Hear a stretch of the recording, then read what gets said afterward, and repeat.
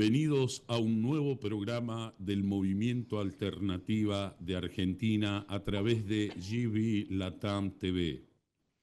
Siempre abordamos temas que tienen que ver con lo humano, que tienen que ver con el despertar hacia una conciencia superadora, y al menos lo procuramos. Estamos en una Abya Yala, preferimos llamarla así como la llamaban nuestros ancestros, que quiere decir tierra viva, tierra floreciente, ya que el término América es un tema postcolonial. Pasan un montón de cosas en forma consecutiva y tienen hilos conductores que llegan a un mismo lugar. En virtud de eso hemos convocado hoy Norberto Gagliotti, que es el coordinador general continental de Latinoamérica y el Caribe en una comisión de ayuda a Cuba y por las causas justas también. Norberto, bienvenido al Movimiento Alternativa, gracias por su tiempo y queremos que nos cuente un poquito de qué se trata en tiempos donde hace tanta falta la solidaridad y la empatía, ¿no? Lo escuchamos. Bueno, yo milito en el Partido Comunista de la Argentina desde el año 82 y desde el año 93 comencé a tomar tareas en la solidaridad con Cuba. Eh, Actualmente soy coordinador general de la Red Continental de Solidaridad con Cuba, que es un espacio que articula las políticas solidarias con todos los países de América Latina y el Caribe. Y se suman también en algunas instancias de articulación Estados Unidos y Canadá. Esta red surgió en el año 2020 con motivo de la pandemia. Comenzamos a comunicarnos, algunos amigos que ya nos conocíamos de varios encuentros mundiales y continentales que se hacen en solidaridad con Cuba, y nos propusimos luchar para que fueran reconocidos. Sabíamos que no era, conocemos lo que es el Comité Nobel, ¿no? Que es un espacio esencialmente político y que depende de la voluntad del imperialismo, pero nos parecía que había que marcar un contraste entre los últimos premios Nobel que entregaba el Comité Nobel con respecto a la paz y propusimos instalar el gesto solidario que llevaron adelante la Brigada Médica Cubana Henry Reed, que todos recordarán lo que hacían en Italia, cuando en el norte de Italia eh, quedaban los cadáveres por la calle, y fueron únicamente ellos los que comenzaron con esta tarea médica internacionalista en el peor de los momentos de la pandemia. Entonces, a partir de ahí empezamos a articular este movimiento. ¿Cómo se hacía para presentarlo al premio Nobel? No teníamos ni idea. Conseguimos que Adolfo Pérez Esquivel los presentara al Comité Nobel y realizamos toda una campaña de instalación. No esperábamos que le otorgaran el premio Nobel, pero sí logramos instalar un contraste muy grande entre los conceptos que ellos tienen de seleccionar para un premio Nobel y lo que verdaderamente representan un gesto por la paz, por la solidaridad como eran ellos. Así que ahí surgió, por ese motivo comenzamos a articular en plena pandemia la solidaridad con Cuba y las causas justas desde las plataformas virtuales. Y hemos realizado muchas campañas, menciono una porque son muchas. Ese mismo año, Cuba estaba trabajando los candidatos vacunales, 5 candidatos vacunales contra el COVID. Y nosotros obtuvimos la información de que en Cuba no habían jeringas y agujas para la vacunación. Entonces nos dimos la tarea de comprar jeringas y agujas. Nos dimos cuenta que en toda América Latina y el Caribe no hay fábrica de jeringas y de agujas. En Argentina, la última había cerrado durante el gobierno de Mauricio Macri. Y fue así que nos dimos la tarea de comprar. El único lugar que podíamos comprarlo era en China.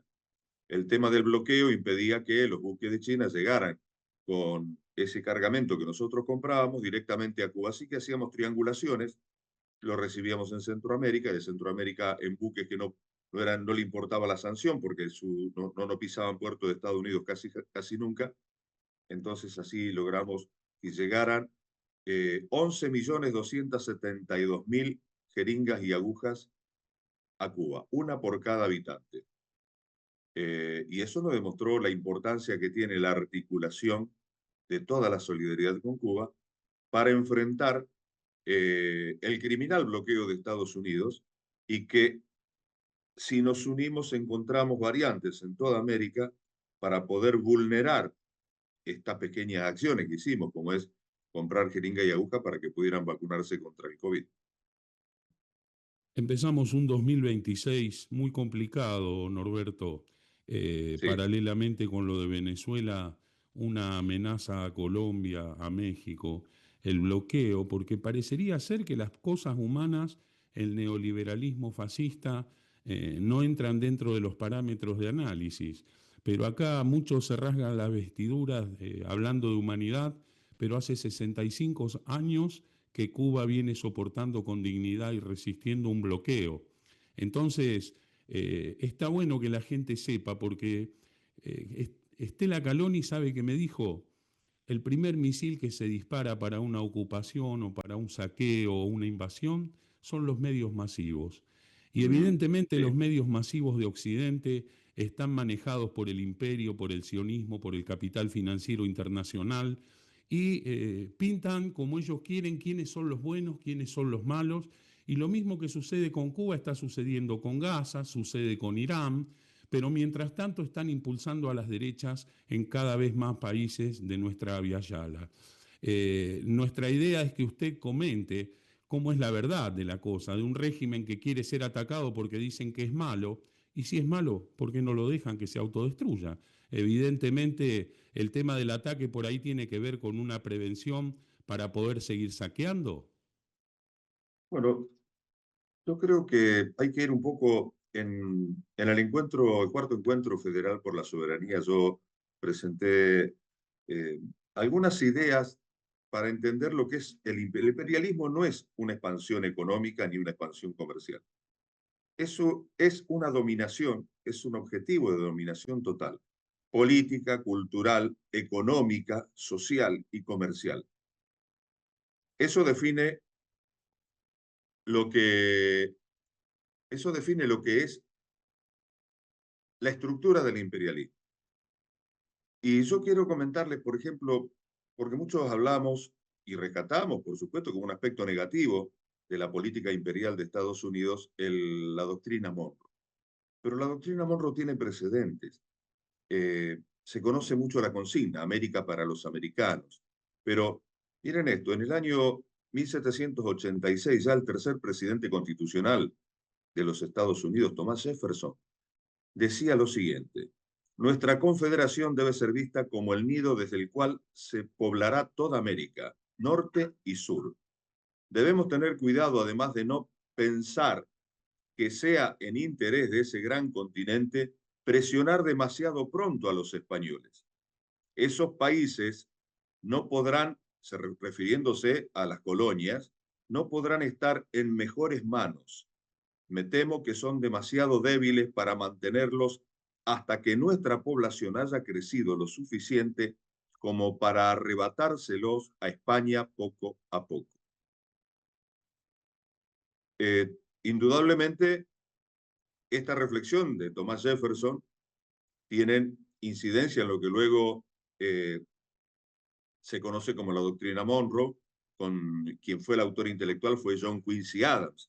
Monroe como presidente solamente la consagra. Pero, por ejemplo, Thomas Jefferson consideraba que Cuba tenía una importancia estratégica vital para la seguridad y el comercio de Estados Unidos. Sostenía que debido a la creciente debilidad del Imperio Español, la isla terminaría separándose de España. Su visión era que Estados Unidos debía evitar un conflicto directo y simplemente esperar. Cuba era como una fruta madura que cuando estuviera lista caería inevitablemente en manos de Estados Unidos. Eso se llamaba la teoría de la fruta madura, conocida también. Digamos, en 1823 todas estas ideas son sistematizadas por John Quincy Adams a partir de lo que conocemos como la doctrina Monroe. Se comienza a gestar ya en el siglo XVIII el pensamiento imperial de los Estados Unidos. A fines del siglo XVIII comienza a gestarse esta idea de la expansión del control de Estados Unidos, de la ocupación territorial. México, por ejemplo, en Estados Unidos se quedó con el 55% del territorio cedido por la traición del presidente Santana, ¿no? Una guerra, una invasión y de Estados Unidos se queda ni más ni menos que con los estados donde está el petróleo, que estaba en manos de México. Por ejemplo, California, Nevada, Utah, Nueva México, Texas, Arizona, Colorado, Kansas y Oklahoma. Todo eso pertenecía a México. El 55% del territorio mexicano pasa a manos de Estados Unidos. Y después, en el Tratado de París, conocido Tratado de París del año 1898, después de la intervención de Estados Unidos, cuando ya Cuba estaba logrando su independencia, interviene militarmente, hace que le ataquen uno de sus barcos y ahí pasa a jugar un rol activo para correr, muy entre comillas, a España de Cuba. Pero en 1898, el 10 de diciembre de 1898, se produce este Tratado de París, donde participa España y Estados Unidos para quedarse con Filipinas, con Cuba, que establece un protectorado, y con Puerto Rico como Estado libre asociado. O sea, comienza a aplicarse la doctrina Monroe a partir de estas acciones de expansión, no solamente, por eso decimos, no es solamente una expansión comercial y económica, que también lo comprende, pero es una expansión cultural de dominación absoluta. Y por eso tenemos que ver esto que está ocurriendo en este momento para traer la historia al tiempo de hoy con las acciones de criminales, genocidas del imperialismo de Estados Unidos a través de Donald Trump y Marco Rubio, primero cuando asesinaron en pleno Mar Caribe a pescadores que los acusaban de ser narcotraficantes, pero no hubo juicio, fueron ejecutados. Pero después, el 3 de enero de este año, parece que hubiera pasado tanto tiempo, pero es reciente, la invasión a Venezuela en Caracas, el asesinato de la seguridad personal, 32 cubanos que estaban en seguridad personal. Y un dato que tienen que tener en cuenta cuando hablamos de seguridad personal. La seguridad personal tiene armas livianas, no tiene armas pesadas. Son seguridad del entorno, ¿no? En capacidad de enfrentar una guerra. Son para los movimientos de los presidentes. Entonces fueron los únicos que lamentablemente decidieron luchar y cumplir con la función para la que estaban, que era defender al presidente Nicolás Maduro y a la diputada Cilia Flores, que fueron secuestrados. Hay un presidente y una diputada secuestrada y a partir de ahí comenzó esta situación, yo lo defino como un golpe de Estado, con connivencia con sectores del gobierno de Venezuela, y también con debilidades, podemos decir, ideológicas en cuanto a la concepción de cómo se construye un gobierno. Ellos hablaron mucho del socialismo del siglo XXI y bueno, es una experiencia que tenemos que analizar.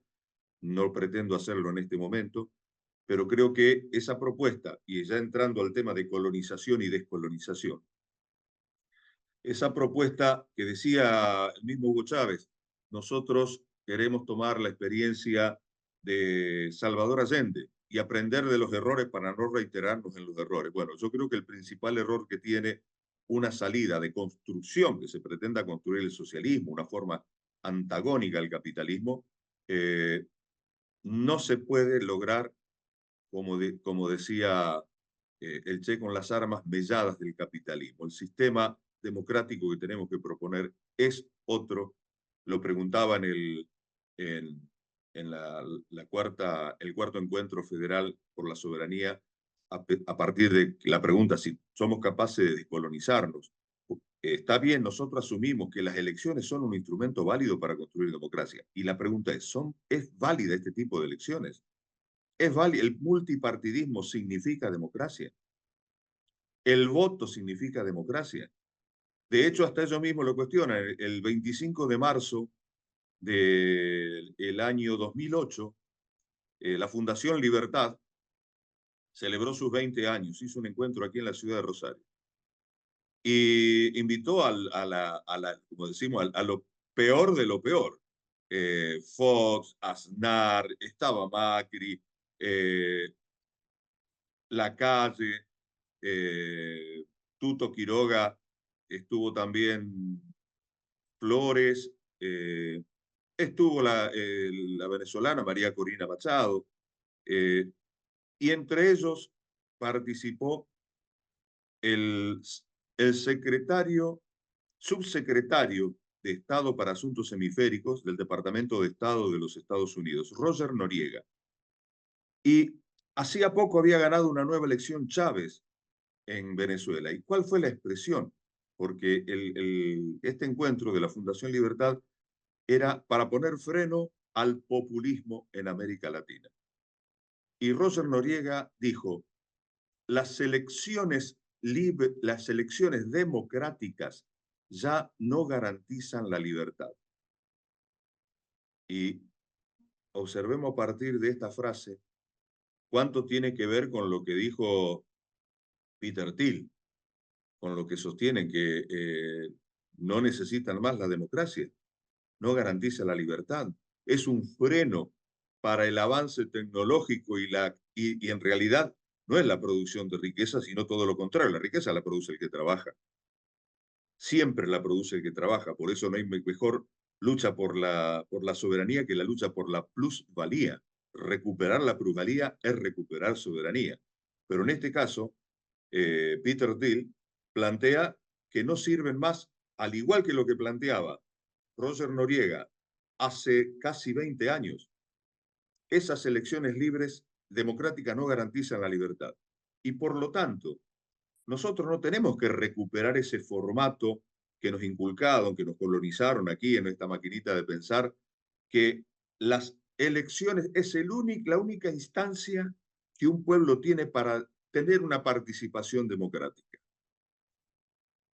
Y yo propongo pensar si verdaderamente en ese hecho que ocurre un domingo cada 2 años y cada 4 años en los ejecutivos, es la única participación que puede tener un pueblo para concebir un gobierno del pueblo, por el pueblo y para el pueblo.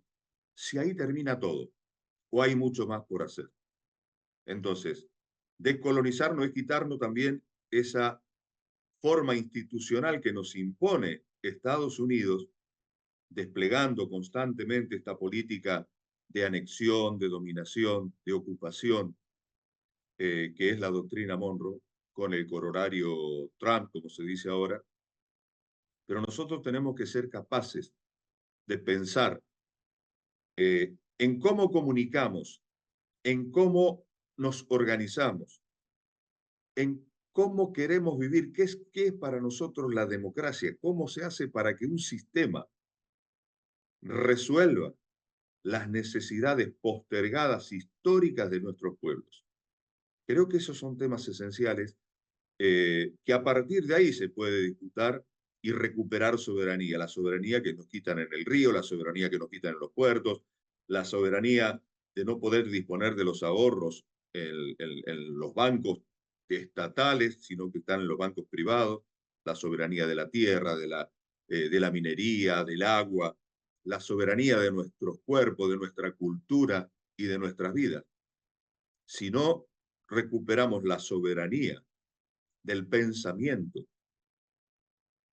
no vamos a tener capacidad para recuperar la soberanía que hace a sostener y recuperar los recursos, los ingresos, la riqueza que produce el pueblo argentino en beneficio del pueblo argentino.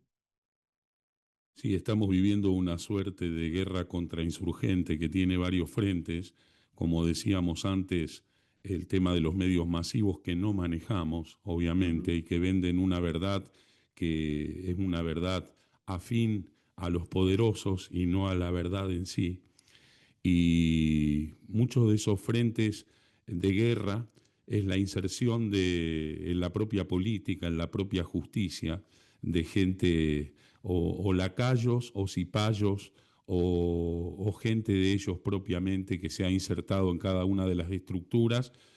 Y por otro lado, creo que forma parte, vamos a coincidir en esto, Norberto, dentro del nefasto yo no sé si doctrina Monroe o por ahí es la peripecia de un imperio en decadencia que está ante la falta de recursos, viniendo por una nueva colonización y un saqueo por lo que queda, ante la falta de petróleo, porque fíjese que se Ujú. habló de control contra el narcotráfico y al día siguiente que atacaron Venezuela ya se hablaba del petróleo.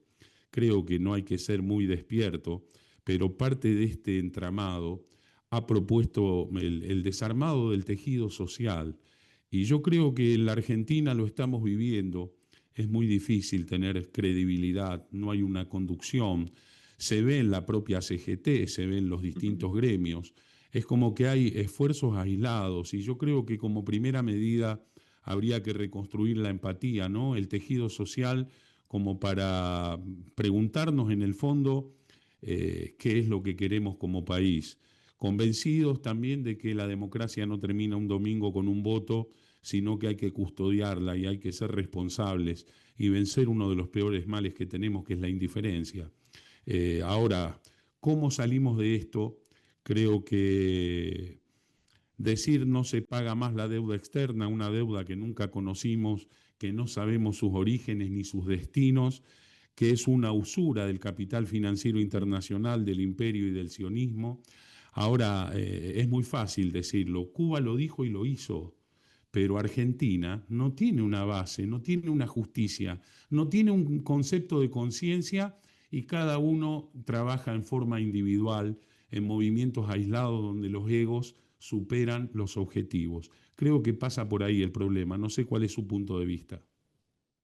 Bueno, está el, el Che Guevara planteaba en agosto de 1961, sí, en Punta del Este, cuando Estados Unidos impulsa la Alianza para el Progreso, que en esa propuesta de Estados Unidos que iba a proponerle a toda América Latina 20.000 millones de dólares para que progresara, progresaran nuestros pueblos, y él se dice, bueno, si no se dice en ningún momento en este acuerdo que se van a mantener los precios de la materia prima, que los 20.000 millones van a ser para reemplazar exportaciones y no para que se favorezcan los monopolios. Como eso no está escrito, es seguro y como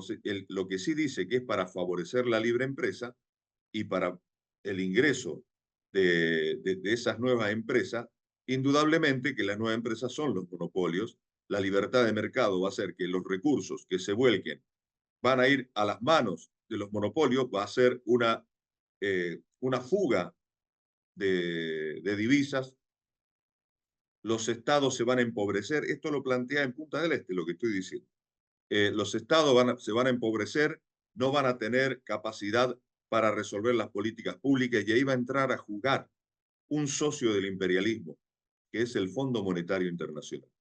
El Fondo Monetario Internacional va a entrar a jugar con los préstamos para producir un endeudamiento cada vez mayor y generar una dependencia absoluta. No tiene otro fin el Fondo Monetario Internacional que jugar ese rol cuando porque cualquiera que escuche este programa sabe que el endeudamiento escandaloso de Argentina que comenzó con el mismo ministro de Economía que está ahora comenzó antes, ¿no? Podemos hablar de la dictadura en el 76, cuando Argentina antes del golpe del 24 de marzo del 76 debía solamente 6.000 millones de dólares y cuando termina la dictadura pasa a 38.000 millones de dólares. Después cada uno le va agregando porque es esa tremenda trampa, ¿no? El préstamo no para tu emancipación, no para el desarrollo, sino para orientarlo a donde quien te presta el dinero dice que tiene que ir esa plata, hacia la libre empresa, por lo tanto, no permite el desarrollo y favorece la fuga. Pero yendo a lo más reciente, el Toto Caputo, que durante el gobierno de Macri endeudó en 53.000 millones de dólares, plata que nunca ingresó y que fue para el lavado, para la fuga de capitales, lo vuelve a hacer con Milei, pero ya más, con 80.000 millones de dólares, y la deuda argentina, según dicen actualmente, con intereses y todo, asciende a más de 500.000 millones de dólares. Esa deuda es impagable y es incobrable. Y como vos decías que no hay, ¿qué hacemos con esa deuda? Bueno, eh, estamos complicados con las perspectivas que tenemos a partir de estos liderazgos y de estas fuerzas políticas que podrían, digamos, los que más posibilidades tienen de decir, le vamos a ganar a Milei. ¿Es necesario que se vaya a Milei? Sin duda que es necesario. Pero es necesario derrotar las políticas que se vienen sosteniendo en Argentina desde otros gobiernos, como el de Alberto, que fue quien mandó al Congreso la aprobación del endeudamiento de Macri en la campaña, el cierre de campaña de Alberto Fernández con Cristina aquí en el Monumento Nacional a la Bandera. Dijo, la deuda externa escandalosa, así lo dijo, la van a pagar los que se la fugaron. Bueno, al año de estar en el gobierno, con la renuncia de Máximo Kirchner, porque no quería acordar esa deuda en el Congreso, no quería validarla, renuncia como presidente del bloque, asume Germán Martínez y logra que se apruebe. La aprobaron todos, el PRO, el radicalismo, sectores del peronismo y la Libertad Avanza. En eso tuvieron un acuerdo unánime, mayoritario. Entonces, la deuda externa es un problema que tenemos los pueblos de América Latina y el Caribe, fundamentalmente. Si no se pagara el problema, lo tendría Estados Unidos, lo tendría el Fondo Monetario y no lo tendríamos nosotros. Pero para llegar a ese club de deudores, como se planteó en algún momento, eh, no veo yo las posibilidades políticas teniendo en cuenta los gobiernos que tenemos hoy en América Latina y el Caribe. Miremos a nuestro alrededor, Argentina, Chile, Paraguay, Uruguay, hasta ahí nomás, Brasil, no creo que saque los pies del plato. Bolivia, Perú, Ecuador, Colombia, Panamá, Venezuela, reconfigurada. Creo que no hay posibilidades hoy de ese club de deudores y de plantarse ante la matriz hegemónica financiera especulativa de Estados Unidos. Por lo tanto, eh, hay que decir que la deuda realmente es impagable y es incobrable. Esa deuda es una estafa y sí se tiene que investigar, porque no puede ser que aquí nos investiguen la fuga tremenda de capitales. ¿Dónde están esos 500? ¿En qué se invirtieron? Eso tiene que estar, tiene que decirse, tiene que investigarse. ¿Cuántas comisiones se entregaron a los que, por ejemplo, la Fundación Mediterránea es una de las fundaciones que a través de Domingo Felipe Cavallo ejercía, cobraba comisiones por presentaciones, por representación para el endeudamiento? Eso se tiene que investigar, porque el pueblo tiene que saber que así se estafa la vida. No estamos hablando de tener un peso más en el bolsillo, estamos hablando de vidas, estamos hablando del derecho a disfrutar del esparcimiento, de la cultura, del trabajo, de una comida, de poder conversar con los amigos, de poder ir a un espectáculo artístico, cultural, y no estar, eh, no estar rifando, no estar jugando la vida a una ruleta que cada 2 o cada 4 años puede estar un poquito mejor, pero después vuelve a caer. Ver a los hijos que se enferman en la Argentina, que produce la cantidad de alimentos que se producen para todo, por lo menos para todos los argentinos, hay quienes no pueden comer. Sí, hay Eh, una cosa que claro, por ahí vamos a estar de acuerdo en que no queremos un país donde cada bebé que nace nazca con $392.000 de deuda, claro. como tampoco queremos un país donde 2.100.000 chicos se vayan a la noche sin cenar a la cama. Ujú. Creo que nuestro deber, Norberto, nosotros estamos medio de vuelta, pero tenemos que seguir luchando como dignidad de vida, como brújula para tratar de corregir todas estas cosas que usted mencionaba. Y vamos a coincidir en el beneplácito que nos causó en ese cuarto encuentro federal, donde tuve la suerte de escucharlo. Realmente lo felicito por su punto de vista, por todo lo que expuso, pero afortunadamente había muchos jóvenes y yo Sí, quiero que prácticamente la esperanza que tenemos es que los jóvenes puedan ser punta de lanza de un país mejor, apuntalándolos en la medida que podamos, con nuestras limitaciones, pero dándolo mejor. Yo quisiera que usted cierre esta entrevista dejándole un mensaje a todos esos jóvenes que por ahí votaron por primera vez, pero no tienen idea de lo que es la historia, de lo que pasó, de quiénes son los malos y quiénes son los buenos, de acuerdo a quien lo cuenta, ujú. y de realidades que usted entienda importantes como para empezar a pergeniar este futuro diferente. Le agradezco mucho su presencia. Gracias, Horacio. Yo creo que es muy importante, tomo algo que vos dijiste, Estados Unidos ha perdido la hegemonía global. No toda, pero ha perdido la hegemonía como imperio y eso lo pone feroz. En los BRICS, China, Rusia, India, que no están proponiendo el socialismo, están proponiendo dentro del capitalismo una forma distinta y disputarle a Estados Unidos. Estados Unidos decidió, y lo dijo claramente Donald Trump, no podemos descuidar a nuestra Latinoamérica.